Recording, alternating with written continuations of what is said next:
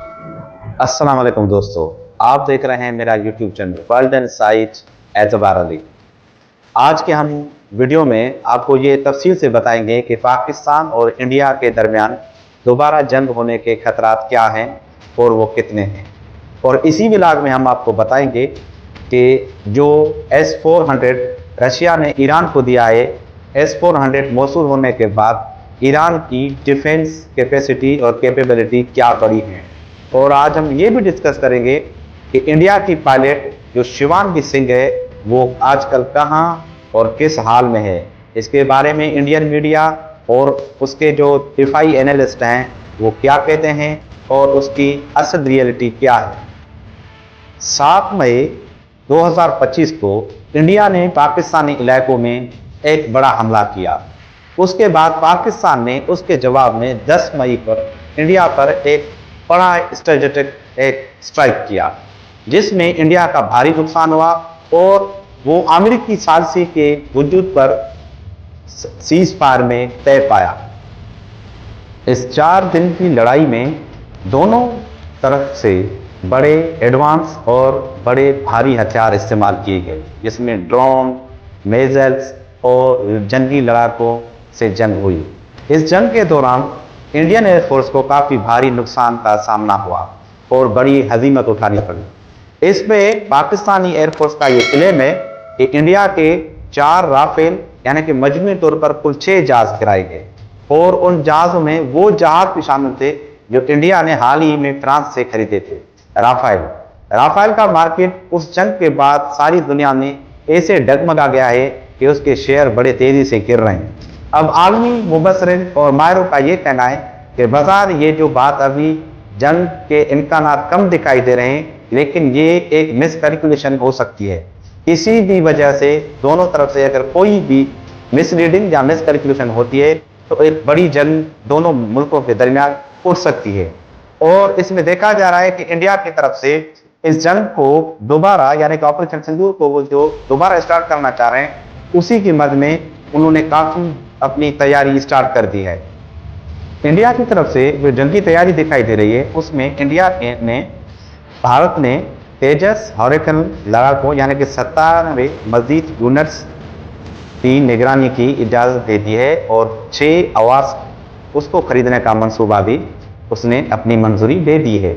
इसमें मजबूत तौर पर इंडिया जो एक डिफेंस इक्विपमेंट खरीद रहा है उसकी लागत 70,000 करोड़ है। इसमें यह भी बताया जा रहा है कि 140 नए राफेल जो इन फ्रांस से लिए जा रहे हैं वो भी शामिल है।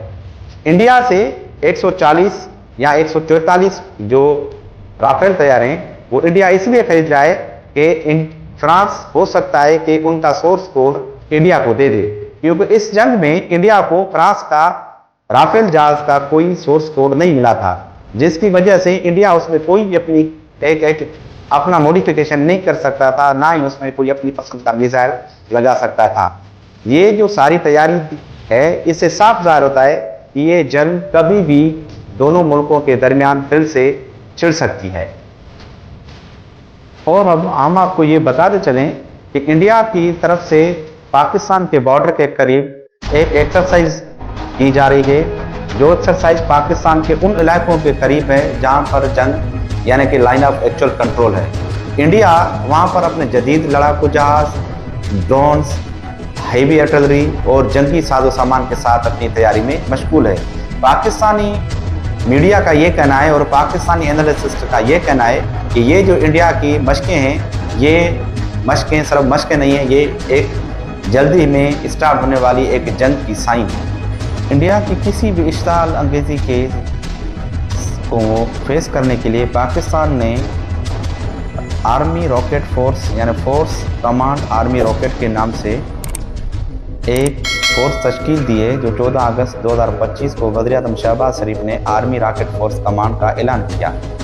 इस फोर्स का मकसद रवायती जंग में मिसाइल और रॉकेट सलाहियतों की निगरानी, जदीद साजी और मुतहदा तैनाती है। यह कदम 2025 के हिंदुस्तान पाकिस्तान कशीदगी के बाद उठाया गया, जो एक नई दिफाई ढांचे की तैयारी को जाहिर करता है। पाकिस्तान के एक और जो सेक्टर है वो है फुल स्पेक्ट्रम डेटरेंस, पाकिस्तान की एटमी और रवायती दिफा की बुनियाद फुल स्पेक्ट्रम डेटरेंस पहले मिनिमल क्रेडिबल डेटरेंस के नाम से है, जिसमें एटमी सलाहियत को रवायती जंग की सूरत में दुश्मन को रोकने के लिए जामे तौर पर इस्तेमाल किया जाता है। पाकिस्तान ने नो फर्स्ट यूज़ पॉलिसी अख्तियार नहीं की और अपने जोहरी असासों को खतरे में पड़ने की सूरत में किसी भी हथियार इस्तेमाल करने के लिए तैयार करार दिया। नया जंग लड़ने का तरीका यानी कि new concept of war fighting एक और अहम दस्तावेजी हिकमत अमली news concept of war fighting है, जिसे पाकिस्तान ने काउंटर कोल्ड स्टार्ट हिकमत अमली का जवाब में तैयार किया। इसमें बेबर क्रूज मिसाइल, बहरी जहाज, सबमरीन्स और खुद मुख्तार ड्रोन्स का इस्तेमाल किया है। और अब हम बात करने जा रहे हैं जिसका हमने पहले भी जिक्र किया था, शिवांगी सिंह के बारे में। शिवांगी सिंह एक इंडियन एयरफोर्स की पायलट थी जो अपने कैरियर में MiG-21 जैसे जहाज और सुखोई जैसे जहाज को बआसानी ऑपरेट कर चुकी है। इस शिवांगी सिंह ने पाकिस्तान के जंग के दौरान ऑपरेशन में हिस्सा लिया था। उसके बाद उसका कोई पता नहीं मिल रहा, ना ही पाकिस्तान ने इसका क्लेम किया है कि वो हमारे पास है और ना ही इंडियन मीडिया उसे अपनी मीडिया पर ला रही है। लेकिन कुछ आज़ाद जरिए और पाकिस्तानी सोशल मीडिया पर ये खबरें बहुत ही गर्दिश कर रही हैं कि शिवांगी सिंह पाकिस्तान के किसी जेल में है, और कोई तो कुछ ये भी कह रहे हैं कि ये पायलट जो शिवांगी सिंह है वो मारी जा चुकी है। इसके बारे में इंडियन आर्मी चीफ ने, एयरफोर्स आर्मी चीफ ने ये कहा था कि वो ठीक हैं और वो जल्दी मीडिया पर आएंगी, लेकिन उसकी खैरियत की कोई खबर फुटेजेस में या वीडियो में इंडियन मीडिया नहीं दिखा रहा। और एक क्लिप वायरल हो रही है जिसमें शिवांगी सिंह की मां रोते हुए नजर आ रही है, और जिसे आर्मी चीफ ये कह रहे हैं, आर्मी एयर चीफ जो है वो ये कह रहे हैं कि आप सब्र करें। और इस क्लिप आने के बाद दोनों मुल्क में ये बात और भी मुबहम हो गई है कि शिवांगी सिंह का पता अभी तक क्यों नहीं मिल रहा। अब हम इस बात पर रोशनी डाल रहे हैं कि रशिया ने फाइनली ईरान को S-400 सिस्टम दे दिया है, जो ईरान ने कामयाबी के साथ अपने शहर इस्फहान में डिप्लॉयड भी कर दिया है। इस S-400 सिस्टम मिलने के बाद ईरान की जो डिफेंस है वो कितनी मजबूत है हो गई है, और ईरान पर जो मुमकिन हमला इसराइल की तरफ से कभी भी हो सकता है उसमें ईरान को ये S-400 सिस्टम का क्या एडवांटेज मिलेगा, हम इस बात पर गौर विचार के साथ और तफसीली आपके साथ फैक्ट शेयर कर रहे हैं। हमने आपको अपने चैनल से ये बताया था कि रूस ने ईरान को S-400 ना देकर एक बड़ा धोखा किया था। इसी मुद्दे में जब आज़ाद मुबसरीन और आज़ाद मीडिया ने बड़ी तनकीद की रूस पर, तो फाइनली रशिया ने ईरान को S-400 सिस्टम मुंतकिल कर दिया है। ईरान को रूस ने S-400 सिस्टम देने के कई अहम असबाब हैं जो ज़्यादातर इलाकाई, सियासी, अस्करी और तामन और मगरबी दबाव के मुकाबले से जुड़े हुए हैं। अमेरिका और नेटो के असरात का तोड़। रूस मशरक़ वस्ता में अमेरिका और उसके इत्तेहादियों की बढ़ते असरात को मुतवाज़न करना चाहता है। ईरान को S-400 सिस्टम देने से रूस खित्ते में अमेरिकी फ़ज़ाई बरतरी को चैलेंज करता है। रूस और ईरान शाम और इराक, अफगानिस्तान जैसे खित्तों में अक्सर एक दूसरे के करीबी इत्तेहादी रहे हैं। शाम की जंग में दोनों ने अमेरिका इसराइल के खिलाफ एक दूसरे का साथ दिया। S-400 देना दरअसल एतमाद और अस्करी तावन को मजबूत करना है। ईरान पर अमेरिका और इसराइल के हमले का खदशा हमेशा रहता है, खुसूसन ईरान के एटमी प्रोग्राम की वजह से। S-400 देने से ईरान की फ़ज़ाई सरहदें मजबूत हो गई हैं और दुश्मन के खुला हमला करने से रोका जा सकता है। रूस अपना असलहा इंडस्ट्री के लिए खरीदार ढूंढता है। ईरान चूँकि मगरब हथियार नहीं खरीद सकता, इसलिए रूस के लिए एक बड़ा मार्केट है। S-400 देने से रूस को इक्तिसादी फ़ायदा भी होता है। रूस ये भी दिखाना चाहता है कि वो मगरब की पाबंदियों या दबाव के बावजूद अपने इत्तेहादियों को जदीद टेक्नोलॉजी देने से नहीं डरता। ये एक सियासी और अस्करी सिग्नल है कि रूस मशरक़ वस्ता में अपना असर कायम रखना चाहता है। रूस ने ईरान को मुख्तलिफ शोबों में कई तरह फ़वाइद दिए हैं। ज़्यादातर अस्करी, इक़्तिसादी, सियासी, स्ट्रेटेजिक ताल्लुकात पर मबनी हैं। अस्करी यानी कि मिलिट्री फ़वाइद, असला और दिफाई निज़ाम। रूस ने ईरान को जदीद हथियार, टैंक, जंगी तैयारे और ख़ास तौर पर S-300 और S-400 सिस्टम फराम किए। टेक्नोलॉजी के तावन से रूस ईरान को मिसाइल, ड्रोन टेक्नोलॉजी में भी मदद देता है ताकि ईरान अपनी सलाहियत बढ़ा सके। इलाकाई और शाम मशरिक़ वस्ता में रूस ईरान को अक्सर मिलकर कार्रवाइयाँ करते हैं ताकि ईरान, अमेरिका और इसराइल का असर कम हो। और दूसरा पहलू है इकोनॉमिक्स। तवानाई और तेल का ताउन। ईरान और रूस तेल गैस के शोबे में एक दूसरे के साथ शराकतदार हैं। रूस ने ईरान को कुछ न्यूक्लियर पावर प्लांट्स बनाने में मदद की। पाबंदियों से बचाव। अमेरिका और यूरोप ने ईरान पर सख्त पाबंदियां लगाई तो रूस ने ईरान के साथ तजारत जारी रखी और मुतबादिल मार्केट फराम की।